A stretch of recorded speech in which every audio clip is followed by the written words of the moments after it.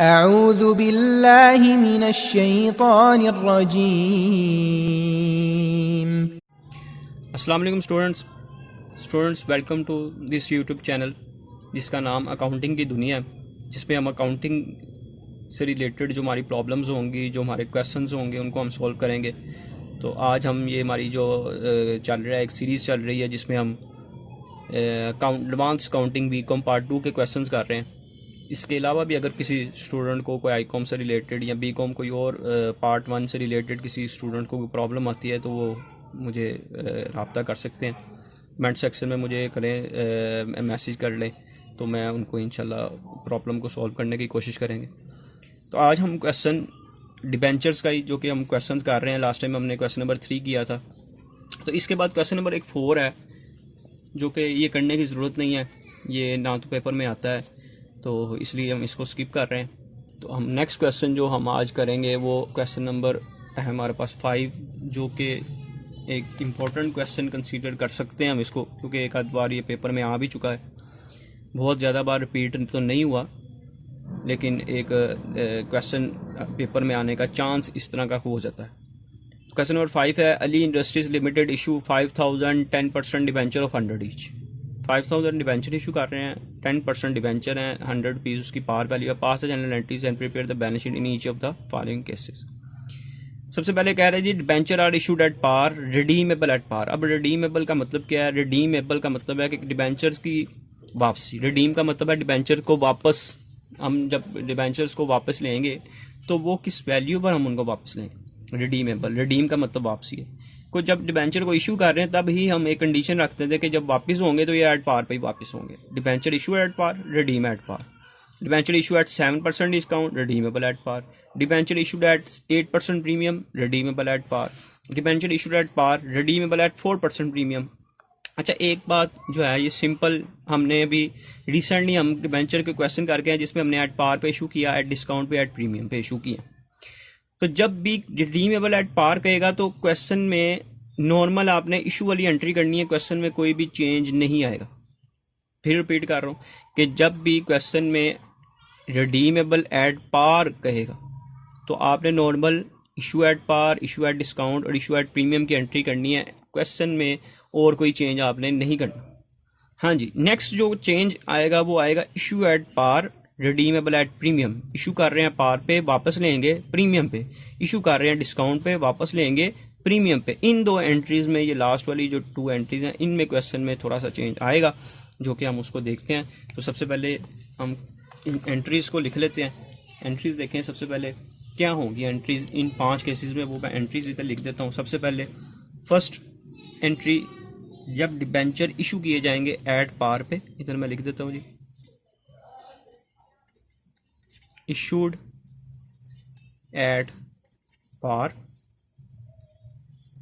Redeem at par, redeem at par. तो normal मैंने आपको बताया इशू करने की एंट्री करेंगे, वो क्या होती है हमारे पास एंट्री होगी जी, बैंक अकाउंट डेबिट और इसके साथ 10%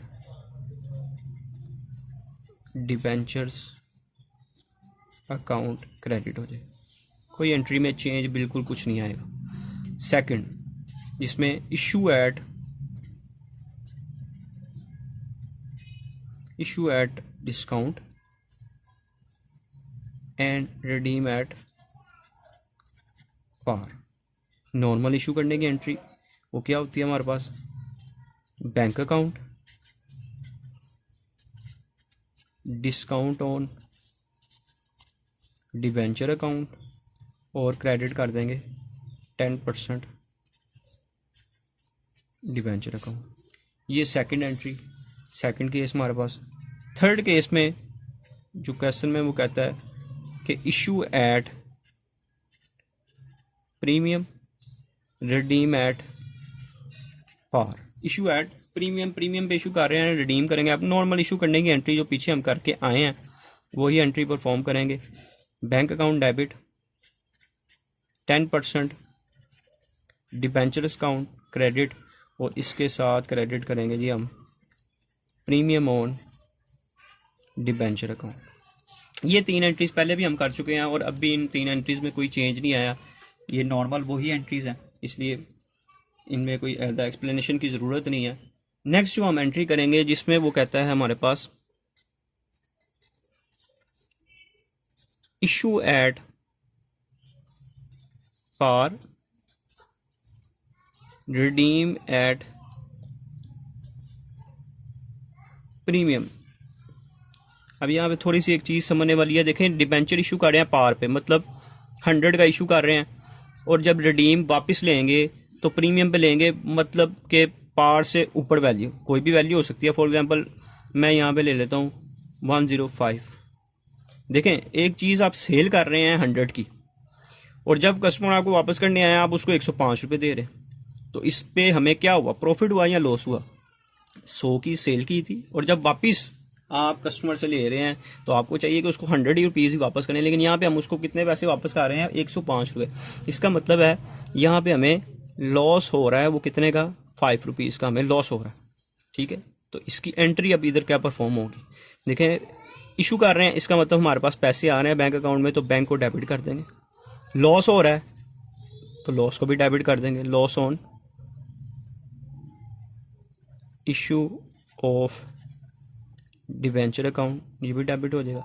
डिबेंचर इशू कर रहे हैं तो 10% डिबेंचर क्रेडिट हो जाएंगे, और इधर के साथ क्रेडिट हो जाएगा प्रीमियम ऑन रिडेम्पशन अकाउंट।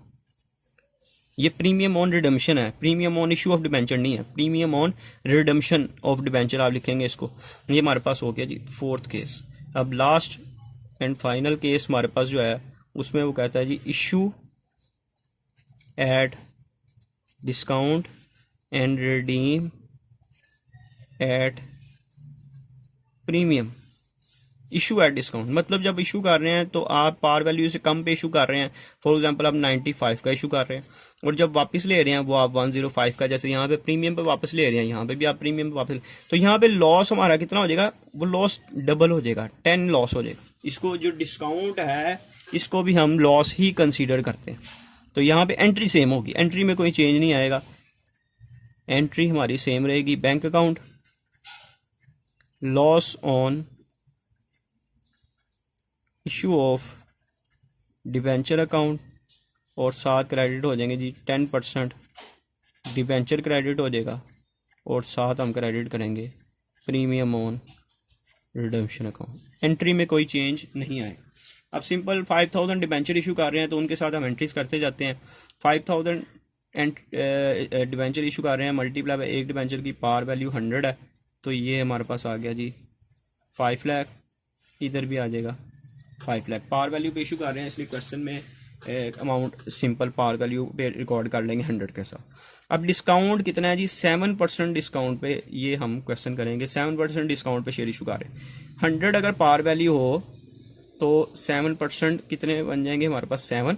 तो इसका मतलब है 100 माइनस 7, 93 का हम एक डिबेंचर इशू करेंगे।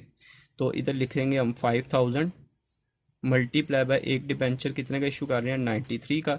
डिस्काउंट कितना है, 5000 मल्टीप्लाई बाय 7 रुपीज़ डिस्काउंट है, और इसको आपने पार वैल्यू पे 100 के साथ आपने लिखना है। तो ये हमारे पास आ जाएगा जी 5 लाख, और ये हमारे पास आ जाएगा 35,000, और इन ये अमाउंट आ जाती है 4,65,000। अब प्रीमियम क्या है, प्रीमियम हमारे पास यहाँ पे क्वेश्चन में बताया हुआ है 8% प्रीमियम, यानी कि 8 रुपये प्रीमियम हो जाएगा। तो पार वैल्यू में 8 रुपीज़ ऐड करेंगे तो एक डिबेंचर हम 108 का इशू करेंगे। तो डिबेंचर को पार वैल्यू पे लिखेंगे, 5000 के पार वैल्यू पे डिबेंचर 5 लाख बन जाएगा, और 8 रुपीज़ प्रीमियम है, तो 5000 डिबेंचर्स पर कितना प्रीमियम हो जाएगा जी, 40,000, और इधर अमाउंट आ जाएगी 5,40,000। लेकिन ये हमारे सिंपल, ये तो एंट्रीज हम पहले भी कर चुके हैं, ये वही एंट्रीज हैं, इनमें कोई चेंज नहीं आया। अच्छा जी, नेक्स्ट हमने ये 4th जो एंट्री है जिसमें इशू कर रहे हैं ऐड पार पे। अब ये सिंपल बड़े आसान है, इसको आपने समझना है कि जब इशू ऐड पार पे कर रहे हैं तो इसका मतलब है बैंक में जो अमाउंट आएगी वो पार वैल्यू पे आएगी। तो इसको पार वैल्यू पे हम लिख देते हैं, ये आ जाएगा जी हमारे पास 5 लाख। और डिबेंचर को तो हर क्वेश्चन में आपको मैंने बता चुका हूँ कि इसको पार वैल्यू पे लिखना है, तो इसको पार पे लिख देते हैं। अब प्रीमियम कितना है, 5%, सॉरी क्वेश्चन में 4% है, यहाँ पे इसको मैं कर देता हूँ 4, और लॉस भी हमारे पास हो जाएगा 4% प्रीमियम है तो 5000 डिबेंचर पे 4% का मतलब है 4 रुपीज़ प्रीमियम हो गया, तो ये अमाउंट आ जाएगी जी हमारे पास 20,000। और ये जो 20,000 है ये ही हमारा लॉस भी कंसीडर होगा, क्योंकि 4 पे लॉस है तो वही प्रीमियम बना लॉस भी हो गया। और इधर भी मैं इसको 4 कर देता हूँ, इसका मतलब है हमारा लॉस 9 रुपीज़ का कर देते हैं इसको। 5% नहीं है, 4% पे रिडीम कर रहे हैं, इशू 5% पे कर रहे हैं। अब बैंक में चूँकि 5% डिस्काउंट पे इशू कर रहे हैं तो बैंक में जो अमाउंट आएगी वो 95 के साथ आएगी मल्टीप्लाई बाय 5000। डिबेंचर को पार वैल्यू पे इसको मैं लिख देता हूँ 5 लाख से, क्योंकि ये पार पे ही आकर रिकॉर्ड करेंगे। प्रीमियम कितना है, 4 रुपीज़ प्रीमियम है, ठीक है। 4 मल्टीप्लाई बाय 5000 तो ये हमारे पास आ गया जी 20,000। और लॉस कितना है ये देखें, मैंने इधर लिखा हुआ है 9 रुपीज़ का लॉस है, तो 9 इंटू 5000 कितना लॉस हो जाएगा जी, ये हमारे पास 45,000 का 45,000 का लॉस होगा। अब ये बाकी रह गया हमारे पास 95 को अगर 5000 से मल्टीप्लाई कर दें, 95 मल्टीप्लाई बाय 5000 तो हमारे पास 4,75,000 आ जाता। देखें इसमें हम प्लस करें अगर 45,000 डेबिट साइड को तो 5,20,000 क्रेडिट साइड हमारी इक्वल आ रही है, डेबिट साइड और क्रेडिट साइड इक्वल हो गई। ये क्वेश्चन हमारा सॉल्व हो गया। सिर्फ ये 2 एंट्रीज़ नहीं थी जिनके लिए हमें सारा ये क्वेश्चन सॉल्व करना, और ये 2 एंट्रीज़ नहीं थी, ये पुरानी हम कर चुके हैं पहले, ये वही हमने रिपीट किया। ये 2 नई एंट्रीज़ थी, इनको आपने रिपीट करना है अच्छे तरीके से। कोई चीज़ ना समझ लगे तो आप मुझे कमेंट सेक्शन में बताएं, मैं उस प्रॉब्लम को सॉल्व करने की पूरी कोशिश करूँगा इंशाल्लाह। तो अगर आपको ये वीडियो पसंद आई है, कोई नॉलेज आपको एक्स्ट्रा मिला है, तो अपने फ्रेंड्स के साथ इस वीडियो को शेयर करें और लाइक भी करें और हमारे चैनल को भी सब्सक्राइब करें। अल्लाह हाफिज़, थैंक यू।